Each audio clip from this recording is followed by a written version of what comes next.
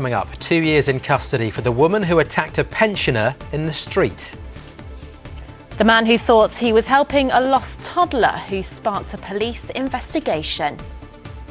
And the first ever wheelchair rugby challenge heading our way. More at 6 o'clock. Coming up, 2 years in custody for the woman who attacked an 80-year-old man in the street. We'll have the full story next. 30 minutes and we'll catch up with the latest stories from around the world and around the rest of the country right after the ITV News from right here.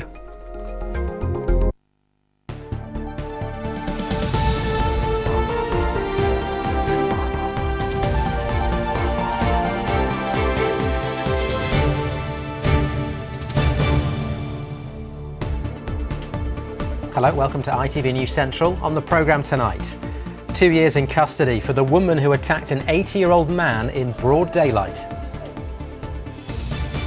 The pensioner who thought he was helping a lost toddler but sparked a police investigation.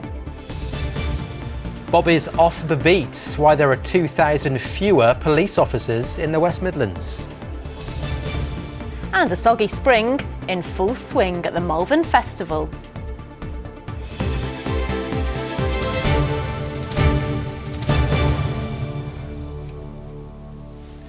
Good evening. A woman who was filmed beating an 80-year-old man in Coventry city centre has been sentenced to 2 years in custody. Coral Millerchip claimed Joginder Singh, who had dementia, had touched her first, provoking the assault. After pleading guilty, she was given 2 years in a young offenders institute and a further 1 year and 8 months for an unrelated burglary. Callum Watkinson's report contains footage of the attack. Coral Millerchip crossed paths with Joginder Singh, an 80-year-old with dementia, in Coventry in August last year. This is what happened next. Slapped, kicked and pushed to the ground, Mr. Singh was left with a bloodied nose and black eye. Millerchip then stands over him and spits in his face. This footage was published on the internet, which led to a brief manhunt for and the arrest of Coral Millerchip. Mr. Singh died 3 months later, though his death was unrelated to this assault.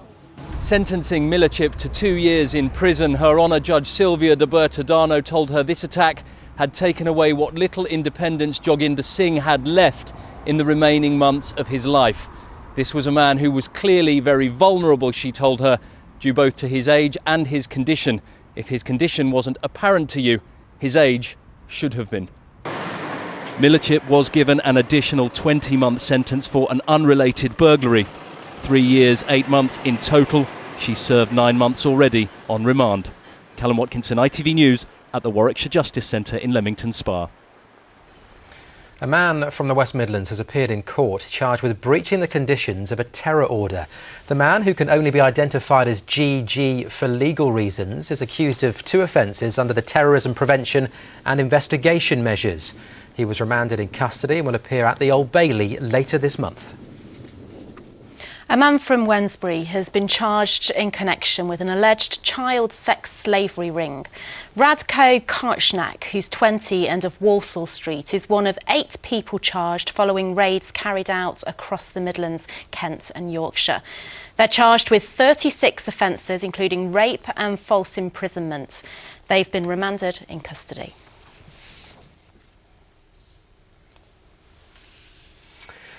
Now, there are now 2,000 fewer police officers in the Midlands than there were 4 years ago, a drop of 15%. Those figures were revealed to ITV News Central by the Birmingham Labour MP Jack Dromey, who's also the Shadow Police Minister. Mr Dromey also says while police presence on our streets is declining, some crimes, including violence and public order offences, are up by around 20%. Andy Bevan has the full story. Police trying to protect people and property during the riots of 2011. Even back then, their numbers were declining after the government's spending review ordered budget cuts across the board. Now, according to figures obtained from the Home Office by Birmingham Erdington MP and Shadow Policing Minister Jack Dromey, all 4 forces in the West Midlands region are counting the cost of those cuts.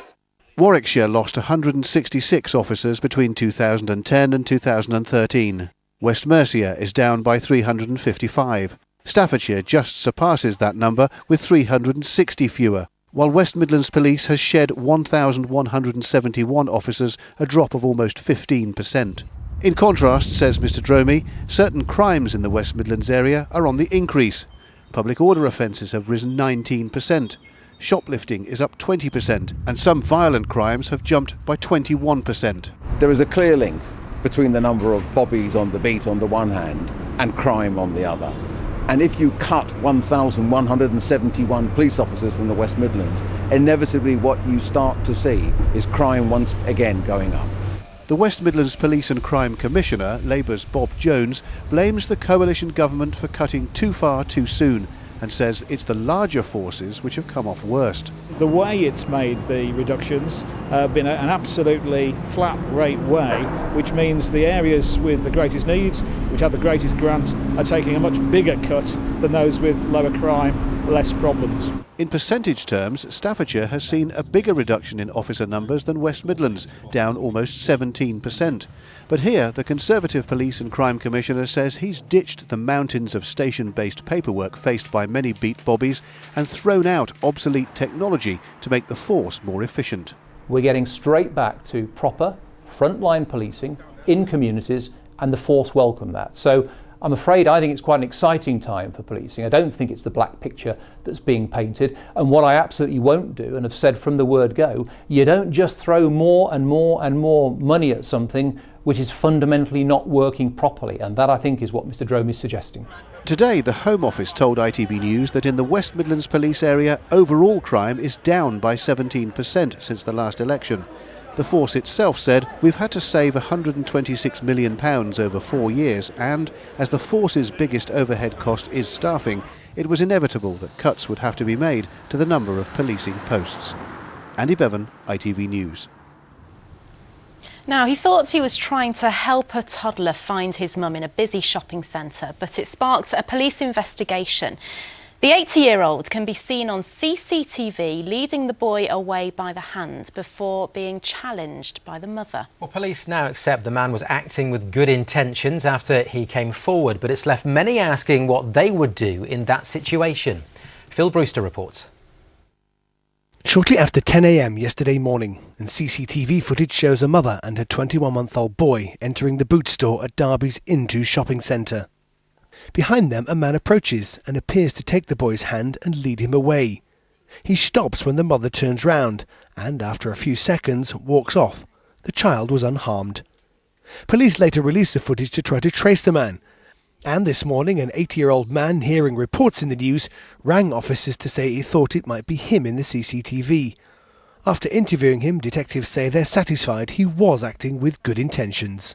He told us that he'd seen a child which he thought was wandering away from his mother, believed he knew who the mother was and was in the process of returning the child to the mother, but he was mistaken and it wasn't the child he was thinking of. When the footage was initially released, thousands of comments were posted on social network sites.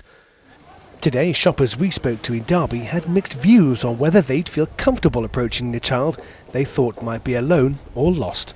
I'd approach them, but I'd make it known. I'd say, oh, have you lost your parents? I'd make it known to people around me that I'm trying to find this kid's parents. I would approach them verbally.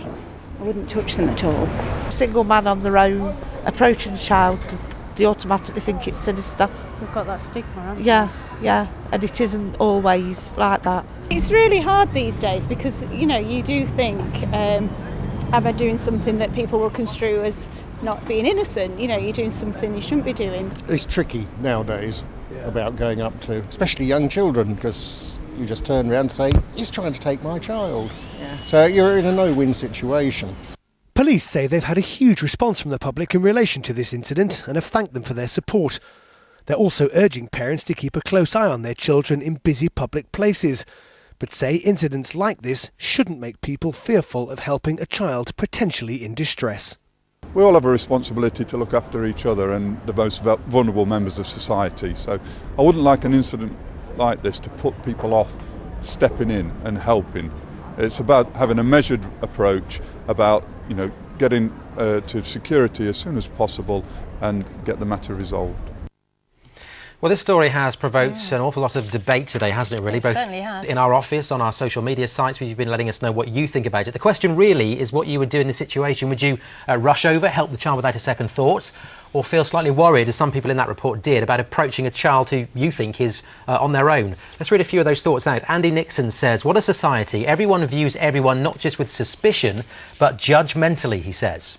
Amanda Moore admits it's hard these days. If I saw a toddler on their own, I'd want to help find their parents, but people may think you're snatching them. And time for just one more. Doreen Sibley's advice is stop and speak to them. Don't pick them up or take them away from the spot, and try and involve as many people as you can, something somebody in that report also said. Good advice, really. Thank you very much to everybody who got in touch. The debate, I'm sure, on our social network sites will continue this evening.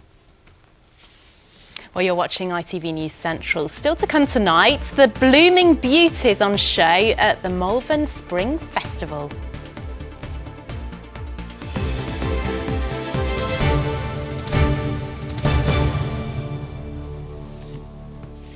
Now, I'm sure you know this, Lucy, but there are only 498 days to go until England hosts the Rugby World Cup. Crossing those days off in my diary. One by one. Very quickly. We're keeping the momentum going. We're also hosting the first ever Wheelchair Rugby Challenge in October next year. Yes, organisers say there'll be an emphasis on getting more people involved in the sport next year, with youth tournaments and classes for injured soldiers too. David Wood can tell us more. It's known for its fast pace, its crashes and the occasional fall. And more people are signing up to try their hand at this adrenaline-fuelled sport. Team GB will have a starring role in the first ever World Wheelchair Rugby Challenge and are keen more people try their hand at the game. It's obviously the only full contact wheelchair sport that there is. So yeah, it's fast, furious, hard hitting. If we can get the sport to grow and keep growing and get more clubs and then, you know, have even more players at international level, it's only going to be better for the sport. 8 teams will take part in the competition next year, including the Paralympic champions Australia. The event was launched in London this lunchtime, and organisers say the sport is more popular than ever. 4 years ago there were 7 teams in the country, we've now got 16. You know, we've got over 400 people playing in clubs, but then around that we're running also other activities in the military rehab unit, so it's probably another 1,000 people playing different forms of wheelchair rugby, and that's really exciting. The challenge will take place next October in the middle of the Rugby World Cup, creating what organisers hope is a festival of rugby. And England international Mike Brown says the sports should continue to work together to encourage more people to have a go. It's great that able-bodied rugby and wheelchair rugby are building a relationship, you know, with the IRB backing this as well. It's great to have that. It gets more people involved in the sport, either playing or you know, watching it like I do, and really enjoying it. Yeah, it's just great to have that link, and hopefully, you know, we can keep doing both sports. Youth wheelchair tournaments are also planned for next year, with organisers hoping the Paralympic legacy continues and more people experience the challenge of wheelchair rugby. David Wood, ITV News. I've had a go at that. Brutal. Have you? Yeah. Yes, it's so fast, isn't it? I know, they didn't hold back. I had bruises everywhere. Let's not go into it.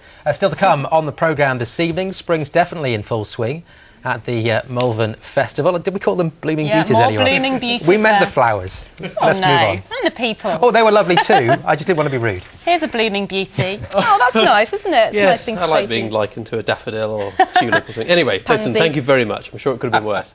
Well, despite Villa and West Brom being safe at last, nerves are still jangling. Can Derby County take one final step and get to Wembley? Plus, I meet the ultra-marathon runner looking to become a real-life Bambi.